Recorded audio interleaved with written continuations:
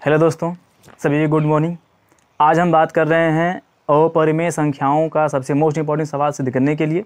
इससे पहले हमने वीडियो में सिद्ध किया था कि कौड़ी में 3 एक अपरिमेय संख्या है, किस प्रकार उसको हम सिद्ध कर सकते हैं। तो यहाँ एक सवाल दिया गया है, 2 प्लस कौड़ी में 5 एक क्या है, अपरिमेय संख्या, इसे सिद्ध करना। दूसरा सवाल यहाँ पर है, 5 कौड़ी में 7 एक क्या है, अपरिमेय संख्या है, इसे सिद्ध करना। थोड़ा सा इसको सिद्ध करने से पहले हम जान लेते हैं कि किन्हीं भी 2 परिमेय संख्याओं या फिर अपरिमेय संख्याओं का योगफल, गुणनफल, अंतर क्या होता है। तो सबसे पहले हम बात करते हैं, अगर कोई भी 2 परिमेय संख्याएं होंगी, कोई भी 2 क्या होंगी, परिमेय संख्या होंगी, तो परिमेय संख्याओं का योग, अंतर, गुणा और क्या चीज़, भाग, सदैव ही क्या होता है, परिमेय होता है। इस चीज़ को आपको याद रखना होगा, क्योंकि आपके 20 नंबर के जो ऑप्शनल क्वेश्चन आते हैं, 1 नंबर आपको, 2 नंबर आपका फिक्स है, इसी में से आएगा।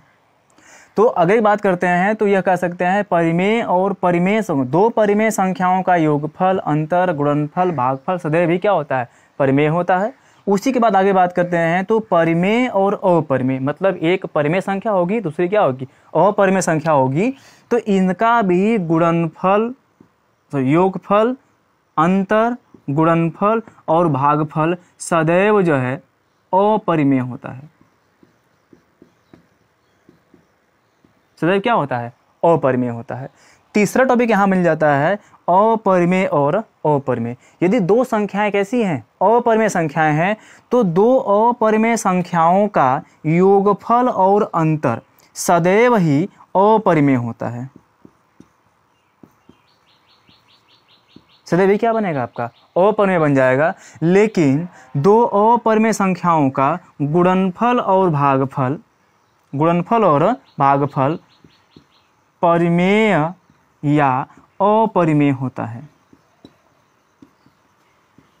ठीक है, परिमेय या अपरिमेय होता है। यह उसकी कंडीशन पर निर्भर करता है कि दोनों अपरिमेय संख्याएं किस प्रकार की हैं, क्या गुणा कराने पर परिमेय बन जा रहा है या फिर क्या बन जा रहा है, अपरिमेय बन जा रहा है। लेकिन यहाँ पे आप समझ सकते हैं कि अपरिमेय संख्याओं का योगफल और अंतर क्या होता है, आपका अपरिमेय होता है। अब हम आगे आ जाते हैं, किस प्रकार से इन सवालों को यहाँ पर हम सिद्ध कर लेते हैं। एकदम पहले सीखते हैं हम किस प्रकार से 2 प्लस कौड़ी में 5 जो एक अपरिमेय संख्या, उसे हम सिद्ध कर सकते हैं। सबसे पहले यहाँ पर क्या करेंगे, माना 2 प्लस कौड़ी में 5 एक परिमेय संख्या है। एक ऐसी संख्या आपकी है, परिमेय संख्या है। अच्छा, परिमेय संख्या की परिभाषा में बताया गया था कि ऐसी संख्या है जिन्हें p/q के रूप में व्यक्त कर सकते हैं, वो क्या कहलाती हैं, परिमेय संख्याएं कहलाती हैं। इसका मतलब ये बन जाएगा कि 2 प्लस जो कौड़ी में 5 होगा वो किसके बराबर होगा, p/q के बराबर होगा।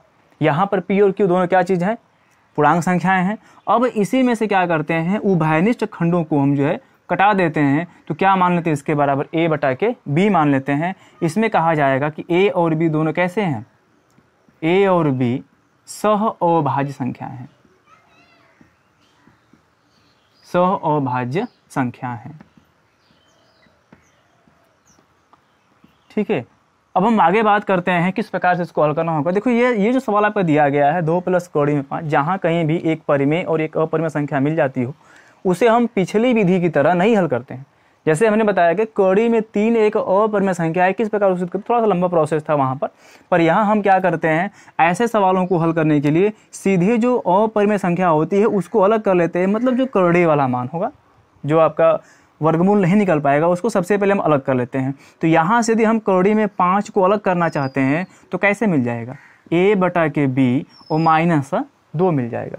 कौड़ी में 5 बराबर कितना हो गया, a/b -2 मिल गया। इसी हम क्या बनाएंगे, बस समीकरण नंबर 1 बनाएंगे। ठीक है, अच्छा ये बताइए, जैसे हमने पिछली वीडियो में सिद्ध किया था कि कौड़ी में 3 एक क्या है, अपरिमेय संख्या है, तो यहाँ पर आप देख सकते हैं, ये भी कह सकते हैं, उसी प्रकार सिद्ध भी कर सकते हैं कि कौड़ी में 5 भी क्या होगा, एक अपरिमेय संख्या होगा। लेकिन इधर बताइए, ये जो भाग आपका दायां वाला पक्ष है, इसमें a, b और 2, ये 2 सब संख्या कैसी आपके मिल रही हैं, पूर्णांक संख्याएं मिल रही हैं। इसका मतलब यहाँ सबसे पहले लिखेंगे a, b और 2 क्या हैं, पूर्णांक संख्याएं हैं, पूर्णांक संख्याएं हैं।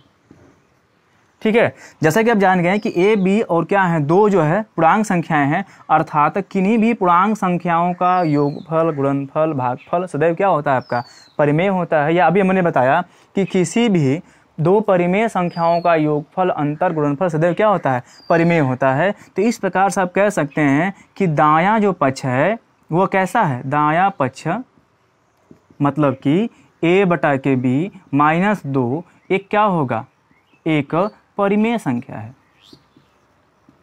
क्या संख्या आपकी है, परिमेय संख्या है। लेकिन हम देख रहे हैं ये जो आपका बायां पक्ष है वो कौन सा है, कौड़ी में 5। जैसे हमने कौड़ी में 3 को सिद्ध किया वैसे सिद्ध कर सकते हैं कि कौड़ी में 5 क्या है, एक अपरिमेय संख्या है। हम लिखेंगे कौड़ी में 5 एक पूर्णांक संख्या का वर्गमूल है,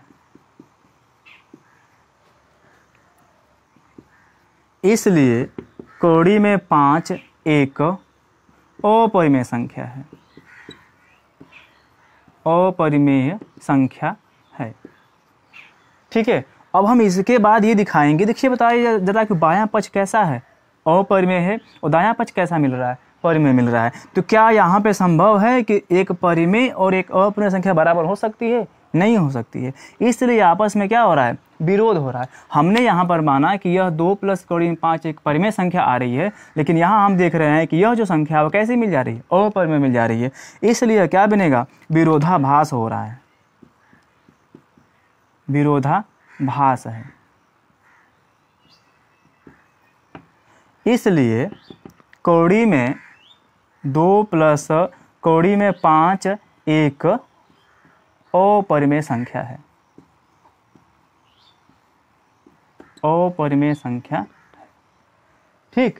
इसी प्रकार हम इस सवाल को भी हल कर सकते हैं। 5 प्लस कौड़ी में 7 एक अपरिमेय संख्या है, तो सबसे पहले क्या मानेंगे, इसको मानेंगे, माना 5 कौड़ी में 7 एक परिमेय संख्या है, परिमेय संख्या है।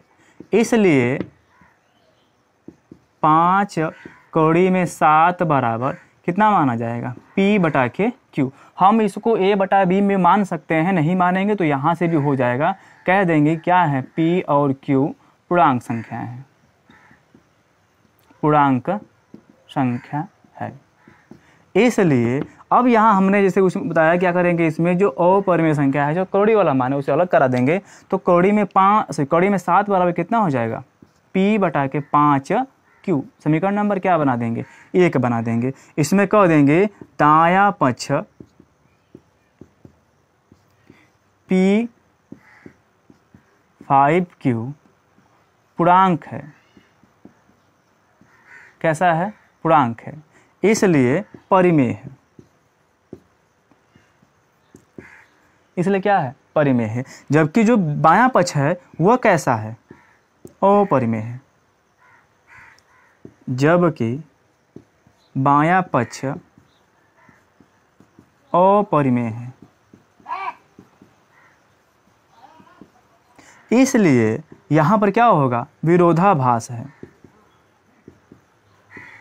इसलिए क्या यहाँ पर है, विरोधाभास है। इसलिए हमने जो माना है वही क्या मान लिया है, गलत मान लिया है। इसलिए जो संख्या दी गई है वो 5 कौड़ी में 7 एक क्या होगा, अपरिमेय संख्या होगा, एक अपरिमेय संख्या है। ठीक। तो आप इस प्रकार से इन दोनों सवालों को समझ सकते हैं, किस प्रकार से इसे बनाना है। यह मोस्ट इंपॉर्टेंट सवाल हैं, दोनों के दोनों पेपर में जरूर रूप से आते हैं। इसलिए क्या करना, आप इसको जानना है, सीखना है। अगर कोई चीज़ इसमें नहीं समझ में आ रही तो हमें कमेंट करिए। अगर आपको वीडियो समझ में आ रहा है तो वीडियो को लाइक करिए, दोस्तों में शेयर करिए और चैनल को सब्सक्राइब करिए। Thank you.